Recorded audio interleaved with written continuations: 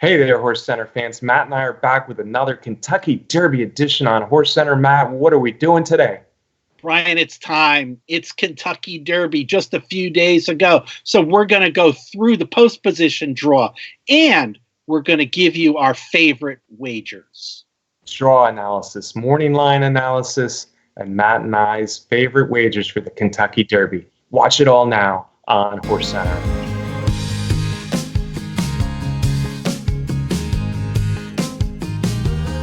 Welcome to another edition of HorseCenter, everyone. I am Brian Zipsy, and as always, I have the outstanding pleasure of being joined by my co-host to the East Coast. That's Matt Schiffman. How are you today, Matt?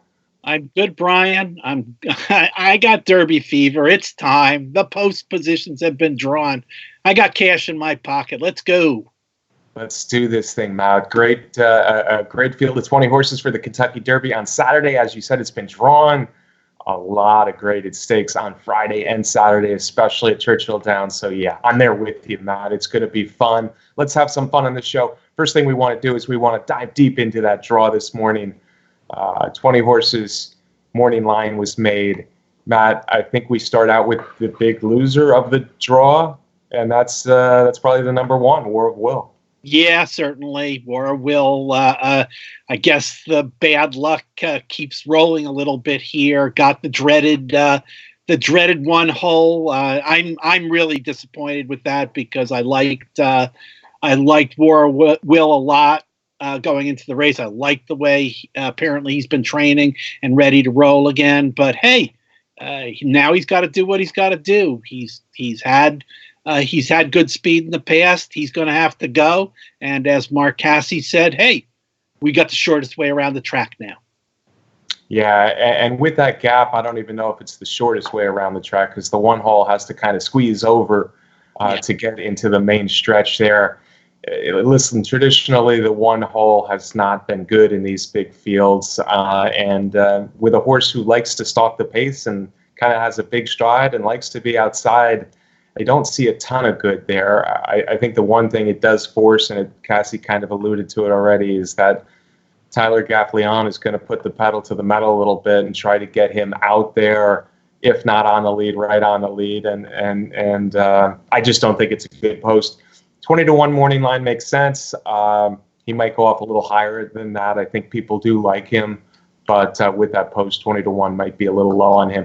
I think for the two horse, 20-1 might be a little low as well. I expect Tax out of the two hole with Junior Alvarado up to be a little bit higher than 20-1. Yeah, I agree with that, and I think the number two post position is not a particularly great draw for Tax either. Yeah, I'll say the same. It might not be quite as bad as the one hole, but similar situation here. You got a horse who probably wants to be close to the lead. Now he might be forced to use a little bit more early to get out there. And it looks like you're going to have two horses pushing out of the 1-2 holes this year in Tax and War of Will. The number 3 is one of my top long shots. Gabriel Saez will be on By My Standards, the Louisiana Derby winner who's, by all accounts, including my own, has looked very good since arriving to Churchill a few weeks ago. Yeah, Brian, and I guess if we have to identify this year's Wise Guy horse or this year's My Boy Jack, I would nominate By My Standards. Yeah, and I don't see it there because often the Wise Guy horses are really bet. A 15-1 shot becomes an 8-1 shot. I don't think that's going to happen this year. I really don't think we're going to see a huge difference from that 20-1 morning line. I could be wrong. As far as the 3-hole, traffic could be there. He did show in the Louisiana Derby that he could be inside and between horses. He did that well. He's going to want to rally, and I don't think the 3-hole hurts too much. Yeah. Number 4, Matt, is Grey Magician, the runner-up in the UAE Derby. He's raced kind of all over the country and now the world. Drayden Van Dyke is up, and he's 50-1 on the morning line. Yeah, and I think the connections there are just happy to be represented with a horse in the Kentucky Derby. Yeah, the 4-hole, probably this horse. He has a little bit of pace, but I think he's going to take back a little bit. And 50-1 if you like those odds, you should get 50 to 1. Number 5, the first of our favorites of the Kentucky Derby, is one of 3 Bob Bafferts in the race. That's improbable. Jose Ortiz will be up. Rad Ortiz Jr. will be up, and he is listed at 6 to 1. Yeah, the all the Bafferts came in very similar in price, and talking about the fact that there's 3 Bafferts in there, Brian, probably is one of those reasons that a horse like By My Standards isn't gonna get that kind of betting that we talked about.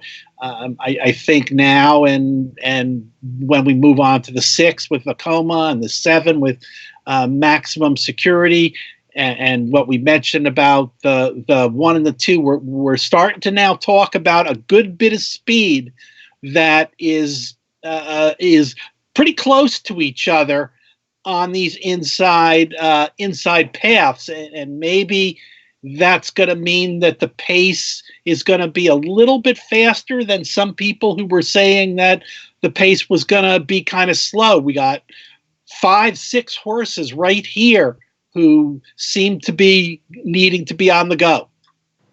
Yeah, Improbable, he's one of the horses I like in here. And first off, the morning line, I think, is a little bit off with the Baffert 3. I think Improbable has to be the highest of the 3. I think both Roadster, the Santa Anita Derby winner, and Game Winner, the 2-year-old champion, have to be lower than Improbable. So I'm looking more at 9, 10 to 1 on this one. I'm not sure I love the post. I kind of want him to come from more the middle of the pack. I don't know if this will force him to want to be a little bit closer. But like you said, there's speed certainly on his outside, directly outside. And now you have some speed coming off the rail. So they'll have to work out a good trip. Irad Ortiz generally can do a good job with horses who want to stalk. We'll see how Improbable does from kind of an inside post for him. Number 6, Matt, is Vekoma. The first thing I thought of when I saw Vekoma's odds were, wow. He's a smallish type. He's had 2 races this year. He's got a funny paddling way about his stride. But the Bluegrass was good. The Bluegrass was fast. And 20 to 1 is a little bit of a surprise to me. I think he's a little bit lower. But on the other hand, he maybe like us, he will be a bit of a forgotten horse. Yeah, well, Brian, there's 20 horses in there, and something's got to give. And certainly Vekoma is a horse that isn't getting the kind of conversation that a lot of the other ones are.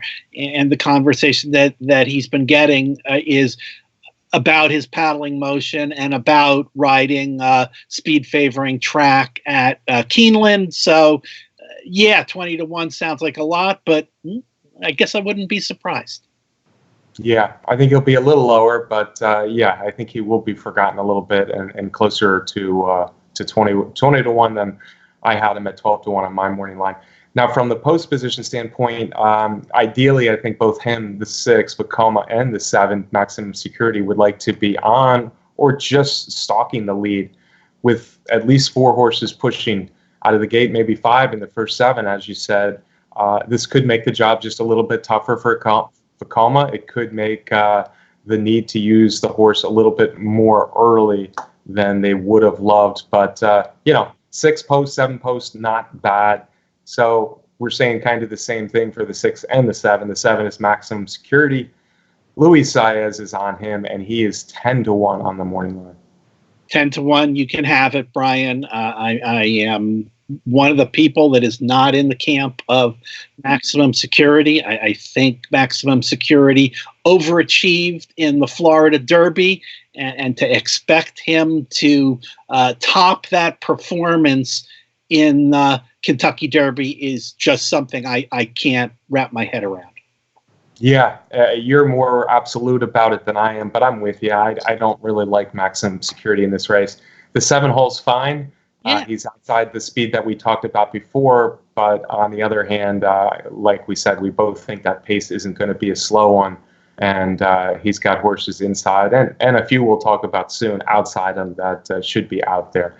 10 to 1, I think he might even be a little lower than that, but neither of us like him at the odds. Speaking of 10 to 1, though, the 8 hole is Tacitus, Jose Ortiz up. And 10 to 1, Matt, I would be happy with 10 to 1 on Tacitus. Yeah, I certainly would too, and I think I expect to get 10-1 on the horse. And you and I both like a lot of stuff about Tacitus. He's a big horse. He's a strong horse. He's a kind horse. He's big and strong, but apparently he's light on his feet when he goes around the track. He's already proven to be one that doesn't mind getting bumped around, and most of this field doesn't have that kind of experience. He's willing to go through tight spots. These are all attributes that are important in the 20-horse field. Yeah, and I think he's a good horse, Matt. I think that step up to those 2 races that he's done this year really show that he's a horse on the improve. The breeding is certainly there, and he may move forward going farther. And the 8-hole is just fine. The 8-hole, if Mott asked for a number, 8 is as good as any, as I think, because he's got the ability to come from inside or the middle or even a little bit outside. He's shown that in his races already. Like you say, he's experienced in getting bumped around and handling it. And 10-1. I think we will get around 10-1, and I like it. Number 9 is Blue Cave Parfait, 30-1. Ricardo Santana's up, Matt, and I think another horse who probably wants to come from middle of the pack. Yeah, that's for sure. 30-1 seems reasonable. That's a good post position for the horse, but again, I don't like him. Yeah, he's one of my super bombs that maybe get into the superfecta, but I can't be too excited about him coming from Dubai. 30-1, probably be a little higher than that, and I see him in the mid pack early, and then from there, probably not a whole lot coming from him. I think I'm going to say the same about the next horse, number 10 on the list, Matt. Corey Lannery is a pretty patient rider, a good rider here at Churchill Downs. Cutting Humor is at 30-1 on the morning line. Yeah, I like Cutting Humor more than Plus que Parfait, basically because of his Sunland Derby victory came over a horse that you and I both like and a lot of people like. Another Twist of Fate, who is passing on the Derby to use his guaranteed spot in the Preakness. So lightly raced-ish, Cutting Humor. I could see him getting into the trifecta or the superfecta. Okay, yeah, you do like him a little bit better than I do. 30-1 is probably about right for him. I think he certainly will be lower than the horse just inside him. Another Twist of Fate would have been here if he was one of the top 20 on the list, but he's got that Preakness pass, so he's going to use it. I think Cutting Humor is a mid-pack horse early and not much more than that. Now we start to get into some of the ralliers and the favorite when we go to the second half of this field, Matt. Number 11 is Haikal. He's 30-1. Rajiv Mirage will be in the saddle, and he likes to come from out of it. Certainly does. He's got to be coming with a good, long, sustained late move and pass a lot of tired horses, and we'll see what that gets him. I certainly don't like him on top, but he'll be in my trifecta. Yeah, 30-1. That's probably about right. Could even slip even a tiny bit higher, but 30-1's about right. Post position probably doesn't matter, but as long as he doesn't get banged around early, which I could say for every single horse in the race, 11 is just fine for the late running Haikal. Number 12, Matt, is the morning line favorite, the winner of the Arkansas Derby, Omaha Beach. Mike Smith chose him. He's 4-1 on the morning line. Yeah, Brian, and I guess that's a pretty perfect post position, almost right in the middle of everything that's going on towards the outside of the first starting gate. So good draw there. Omaha Beach is the favorite. I like him, Brian. I love him, Brian. I'll be honest with you. I haven't been this enthusiastic about my Kentucky Derby pick since American Pharoah. Yeah, Omaha Beach has caught the eye and attention of many. It's been kind of a a rolling stone going downhill quickly, because the people getting on Omaha Beach now for the last month or so, it grows by the day. And I tell you what, that Mike Smith decision, the fact that Mike Smith won the Triple Crown last year, I think Omaha Beach now becomes a pretty clear favorite. Everything I'm hearing and seeing, including at Churchill Downs, has Omaha Beach as a decided favorite over the Baffert bunch. So I think he'll even be lower than 4-1. That doesn't sound that low, but in a 20-horse field with all these good horses, and I'm projecting him more to be in the 3-1, 7-2 range now, with no one else under 6-1. That's a pretty decided favorite. For you, it makes sense as much as you like him. For me, it doesn't. And I do worry about a mile and a quarter with other speed horses. He's going to be outside the probably all the other speed, or most of the other speed, which is generally a good thing. But on the other hand, with Mike Smith's aggressive riding style and confidence, I worry that his move is going to be made 5 or 6 wide, which makes me think he is vulnerable. And you said it yourself, a fast pace. So Matt and I feel a little bit differently about the favorite Omaha Beach in the 12th spot, but no one is upset for Omaha Beach getting the number 12 draw. Number 13, Matt, we're going to get into more ralliers. Code of Honor.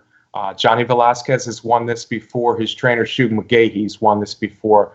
He drew the lucky 13 in the Kentucky Derby, the second to last of the main gate, and at 15-1, he's going to be coming from pretty far back, I think.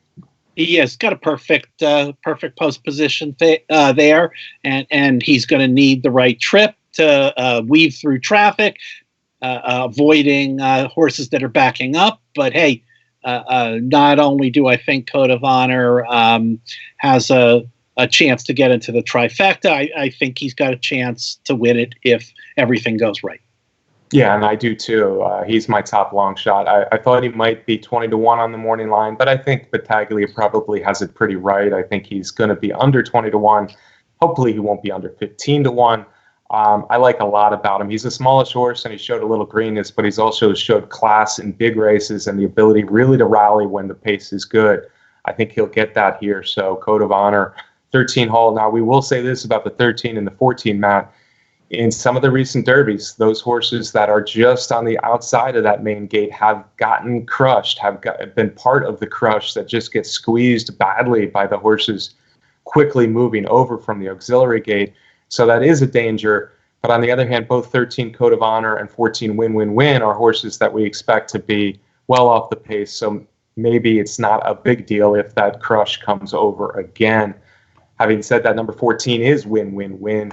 Julian Pimentel gets back on after losing the mount a little bit earlier. Listed a little lower than I thought, Matt, at 15-1. Yeah, well, there's been a lot of talk about the horse and his run in the Bluegrass, which was going against that speed bias that we mentioned that Vekoma took advantage of. Certainly a horse that I'm going to use in there. And, I just wanted to talk for a minute or two more. Brian was talking about what happens at the start and the horses coming in. And what happens is that the horses that are on the inside have to come towards the middle of the track so that they avoid the rail when they cross over from the turn on the main track. And the horses in the auxiliary gate want to move in to shorten up that gap between the gates. So there's that natural funneling of the horses and the squeeze that kind of happens just by the setup and the configuration. Right, and I think a few years it has been bad because with that auxiliary gate, the horses that are just inside there in the auxiliary gate want to naturally kind of go over to the other horses, and sometimes they do it too quickly. So Code of Honor and Win will have to watch out for that. But like we said, they're really ralliers. By the way, Matt, Win is another one I like too as a long shot. I think he'll be higher than 15-1. I'm hoping for higher than 20-1, in fact. And I thought he's looked good since he got to Churchill Downs recently. A nice-looking horse who seems to be coming into his own. Number 15, Matt, is another horse with little speed, and he'll start the auxiliary gate. That's Master Fencer, the Japanese entrant, at 50-1. 50-1 is appropriate. Yeah, I agree. And he's going to drop back early, so no worries there for the 15 hole. I actually like the draw of the 16. That's pretty far out for the 2-year-old champion, but I think the 16 hole is not a bad spot at all for game winner. And Joel Rosario listed as the 5-1 second choice on the morning line. Yeah, and when we start getting out here, I do always like to point out that being this far out in the gate is by no means a death sentence. Horses have run well and won from out there in recent history several times. You're much better off out there in 16 through 20 than you are being in 1 for sure and 2 and maybe even 3. Agreed. And recent history has shown us that, Matt. And I think Game Winner really did get a good draw for a couple of reasons. The reason you mentioned, but also there's really no speed at all just inside him in the 15, the 14, the 13 hole.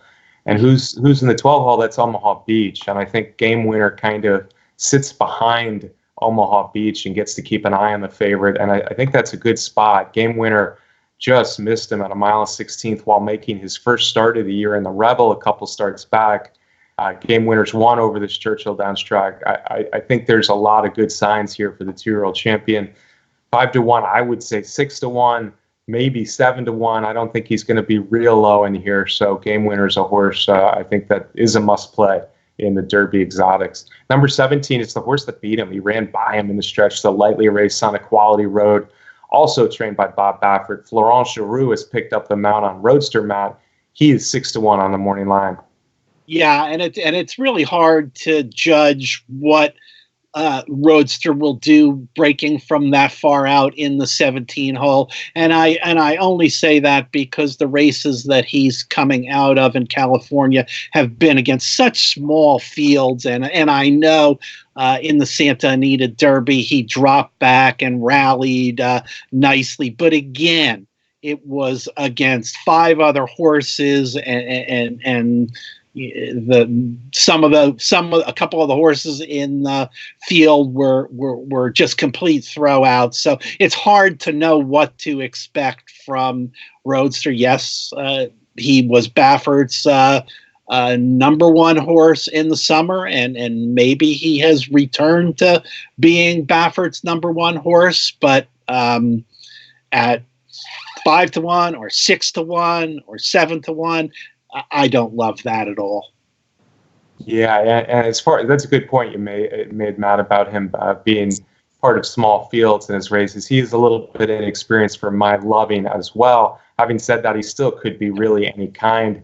I have a feeling Game Winner might be a little bit more prepared for 1.25 miles on the first Saturday in May than him, but I think he's going to try to work out a similar trip. Florent Giroux has won a lot of races here at Churchill Downs, and much like Game Winner, I think he wants to sit that kind of stalking in 6th or 7th position early and hopefully not get hung out too far. So both of the Bafferts are out there, and I don't mind those post positions for them at all. Number 18, Matt, an interesting owner, Willis Horton, didn't seem to love the draw for Long Range Toddy, trained by Steve Asmussen. He'll be ridden by John Cord, another jockey who's won a lot of races here at Churchill Downs. He's 30-1 on the morning line. Yeah, I think that draw way outside there is not ideal for Long Range Toddy, who has done his best running with stalking trips. In one of his preps, he came up the rail. He is a competitor. He is experienced. He has run in some more large fields there at Oak Lawn Park. So maybe there's a chance that he can overcome that and get into the trifecta or the superfecta. And I think he'll be every bit of 30-1. Yeah, I think he's 30-1 is about right. And I like him just a little bit more than Matt. He's a tough horse who's run a lot of good races. I could see him kind of sticking around at 1.25 miles if he works out a trip. He's a little bit outside of 2 horses that might want to run a similar kind of race. So now it's starting to get tougher for horses outside of the Bafferts. Number 19 is Spinoff, who's really a beautiful looking, lightly raced horse out of the Todd Pletcher barn. Manny Franco's been a pretty hot jockey this year. You get 30-1 on Spinoff coming from the 19 hole. Yeah, but like you said, Brian, this is asking a lot from a horse that is relatively lightly raced. Lightly raced, but I think he's talented. Again, he'll have to work out a trip. He's got maybe more speed than any of the horses going all the way down to Omaha Beach inside him. 19 Franco will have to work out a good trip. It's pretty far out. Finally, the 20, Matt. We've gotten through the whole list here. Country House also at 30-1. The odds might be a little bit lower. I'm not sure. Maybe 30-1's about right. Flavien Prat's going to ride the Bill Mott runner, and 20's probably not a bad thing for him as he wants to come from well back. Yeah, for sure. You would expect him, because of his running style, to basically, let the horses inside of him go and move over to the rail pretty quickly. If you watch Derby replays, you often see some of those horses from the outside make that move where they just beeline it over to the inside, and maybe that's what Country House is going to do: save ground and then try and pick his way through the field. Yeah, and maybe Flavien Prat should look up some Calvin Burwell rides, because that's kind of what he might want to do, make that quick beeline over to the inside soon after the start of this Kentucky Derby. All right, folks, that is our draw analysis, our morning line analysis. Overall, I think Battaglia did a good job. Overall, I don't think any of these horses were really hurt by the draw. Maybe number 1, War of Will, being the lone exception. Although a lot depends on the first couple seconds out of the starting gate, Matt. We don't know. Maybe the best looking post position on this page will get bumped. We'll step just a half a step slow, and the race could be really tough after that. So a lot of it will be the luck of the draw. But that's our draw and morning line analysis. Now, Matt, we get to do even more fun stuff. We're going to talk about some of our favorite wagers for the Kentucky Derby. And, sir, I am going to let age go before beauty. Well, there's no beauty here, so I'm just going to let age go first. You get the first crack at this, and I know you're looking to make an Oaks and Kentucky Derby daily double bet. Right. And so, Brian, you and I each have a horizontal wager, which is a multi-race wager, and we each also have a vertical wager, which are bets that stay in one race. So let's start with our horizontals. Mine is the Oaks Derby daily double, and I landed on that because after looking at the Oaks and looking at the draw, the Oaks, in my view, Brian, is a race that is loaded with speed. So, hey, that means I'm looking for closers, and what I have done is pick 6 horses that I think are going to be coming off the pace, that have good reports, and I am putting them in the Oaks Derby Daily Double with, come on, folks, you've heard enough from me already, of course, with Omaha Beach. I'm going to use Chocolate Kisses, Lady Apple, Positive Spirit, Champagne Anyone, Street Band, and Restless Rider with Omaha Beach. The bets will be are up on the screen, folks. Feel free to pause the video and so that you can write down our plays and then start it back up for more to come. Brian, what's your horizontal? Yeah, I'm with you, Matt. I like the trifecta in the daily double, but I want to see if I can connect a little bit before the Derby. And this will be one of my multi-race wagers ending with the Kentucky Derby. So hopefully we'll both be alive as we get to the Derby with our multi-race tickets. I always like to bet this wager. It's such a good wager as far as class of race, and I've had some success, some very good success in the past with it. So I'm going to go with that old pick 3, the Kentucky Oaks, the Turf Classic, the Old Forester Turf Classic, and the Kentucky Derby, Matt. Yeah, a ton of speed in the Kentucky Oaks. Bellafina has shown the ability to come just off the pace, but she likes to be close. So, you threw her out, and I know why you did. You have the favorite in the Derby. I do have to use her, though, in my pick 3 because I'm looking for at least one long shot in one of the 3 races. So I will use the favorite.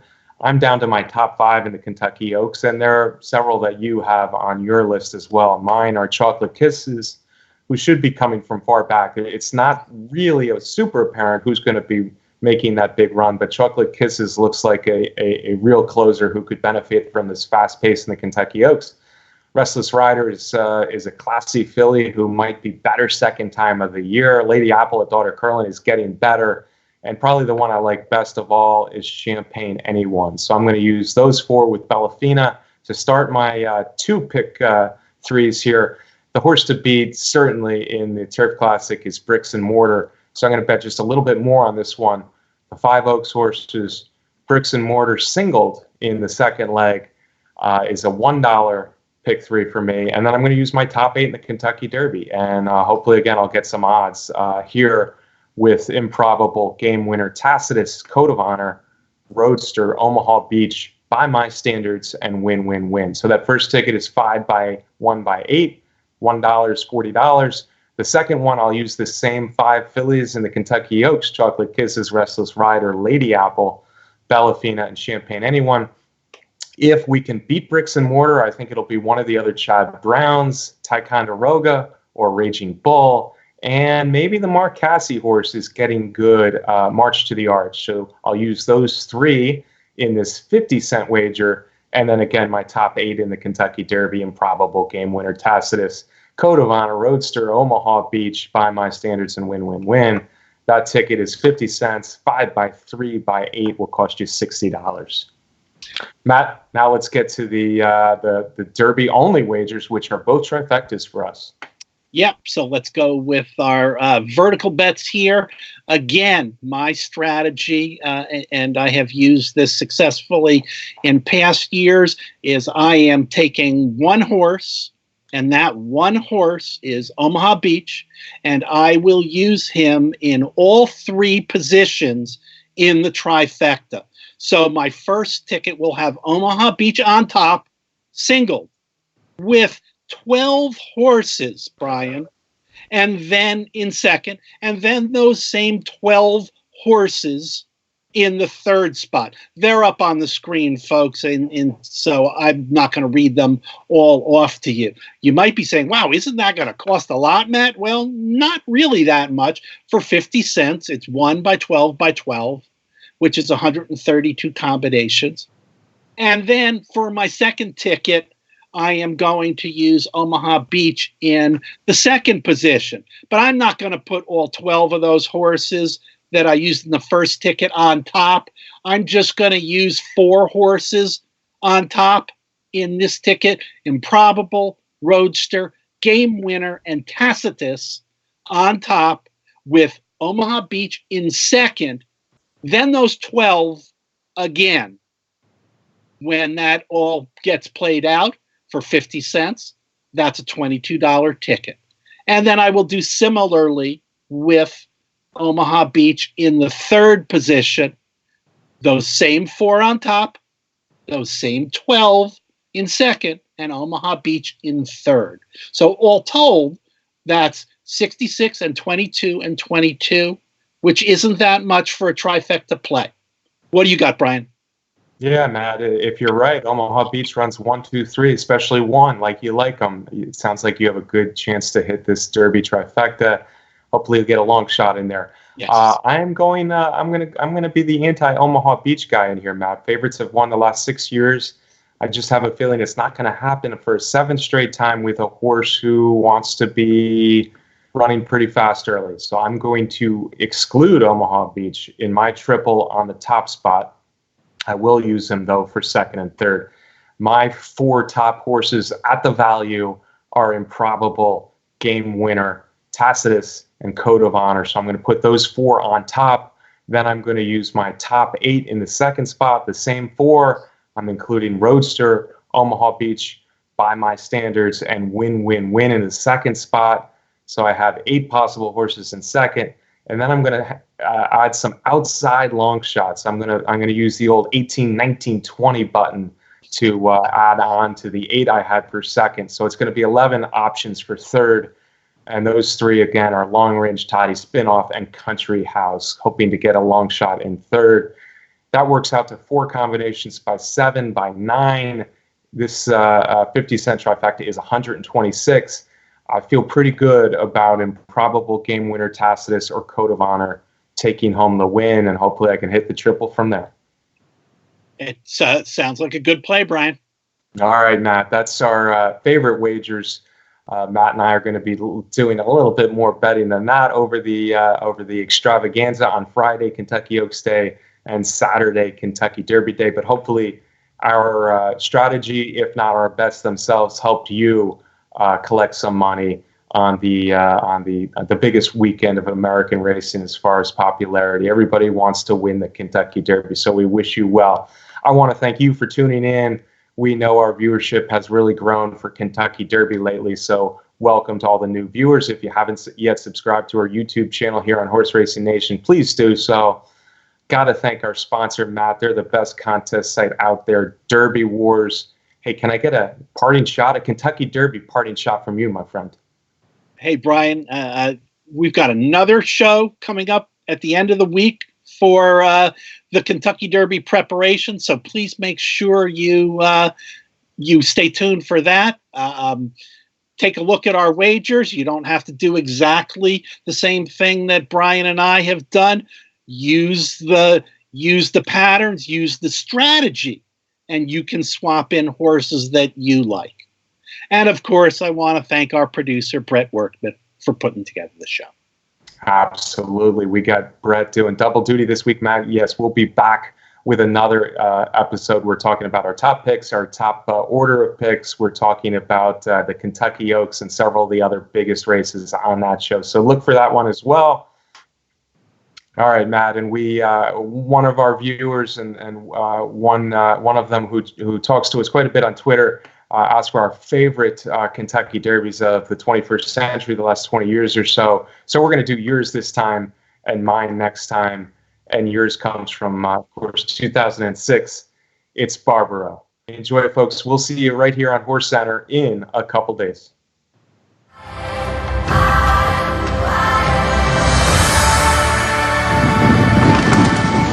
And they are off in the Kentucky Derby, and wasting no time, it is Sinister Minister, and Sharp Humor comes on through in between horses. Toward the outside, Bluegrass Cat is there, keyed entry toward the rail, and here's that cavalry charge by us for the first time, and it's Sinister Minister, and keyed entry comes through on his inside.